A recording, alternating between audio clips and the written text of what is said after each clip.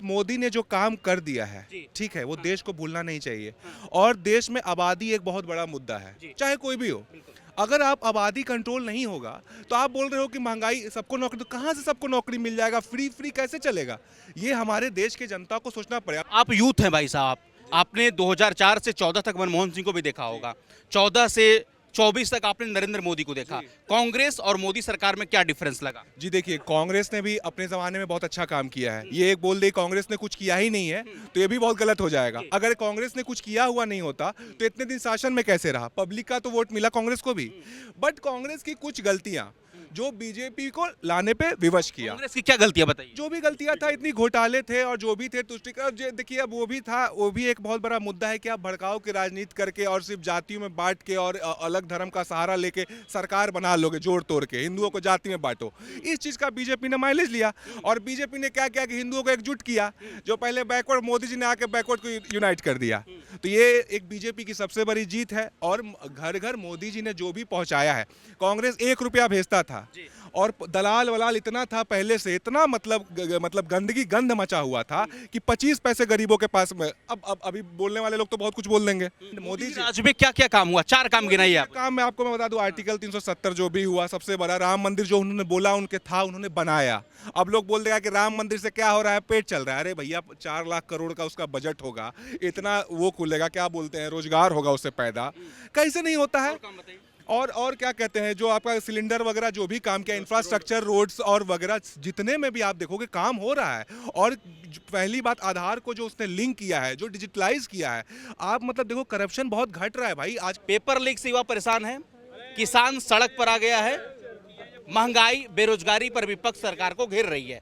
आप युवा हैं, कैसे बताएंगे इसको? सही देखिए, ये जो महंगाई है, इस पे सरकार को, क्योंकि देखिए 2 बार जनता ने वोट देके जिता दिया, अगर तीसरी बार आते हैं और महंगाई जो है चिंता का विषय, उसके लिए देखिए और भी बहुत सारी चीज़ें हैं। हम लोग को भी उस पर काम करना पड़ेगा, सरकार को तो करना ही करना है। जैसे एक आबादी एक बहुत बड़ा मुद्दा है, इसको मानना पड़ेगा हम लोगों को।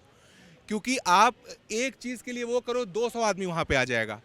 क्योंकि आबादी है सबसे बड़ा एक्सप्लोजन। आप फॉरेन में देखो, ऑस्ट्रेलिया की आबादी 2 करोड़ है, और जबकि क्षेत्रफल कितना बड़ा है। इसके लिए भी देश को सोचना पड़ेगा। बाकी सरकार को तो अपना करना है। ऐसा 24 में कौन? 24 में तो मोदी जी आ रहे हैं, कोई कंफर्म? देखिए सीट्स कम होंगी, 400 पार तो नहीं आने वाली है। 400 पार के दावेदारी। बोल दूं, वो मोदी जी थोड़ा सा हाइप बनाएंगे ना, नेता है। अब नहीं बोलेंगे 400 पार तो जनता में वो कैसे होगा। लेकिन 400 पार नहीं आएगा, जनता इनसे बहुत नाराज भी है। बट विपक्ष का जो वो है, क्या महाज जुटान है, वो जुटान नहीं है, वो अंदर बांट है। लालू जी तो नीतीश जी मिले सत्ता के लिए, कोई कुकर्म लोग कर सकते हैं। कट्टर ईमानदार जेल में चले गए, क्या कहेंगे? कौन ईमानदार है? कट्टर ईमानदार केजरीवाल खुद को बोलते थे कि मैं कट्टर ईमानदार हूं, भ्रष्टाचार को मिटाने आए। तो जांच का विषय है। अगर केजरीवाल जी अगर सही काम किए होंगे तो वो वापस क्या होंगे। केजरीवाल को इस्तीफा देना चाहिए? जी, वो उनके पार्टी का विषय, इस पे हम कोई कमेंट नहीं करेंगे। चलिए ठीक, कोई कमेंट नहीं करेंगे। आपका शुभ नाम भाई साहब? जी मैम, लालबेग है।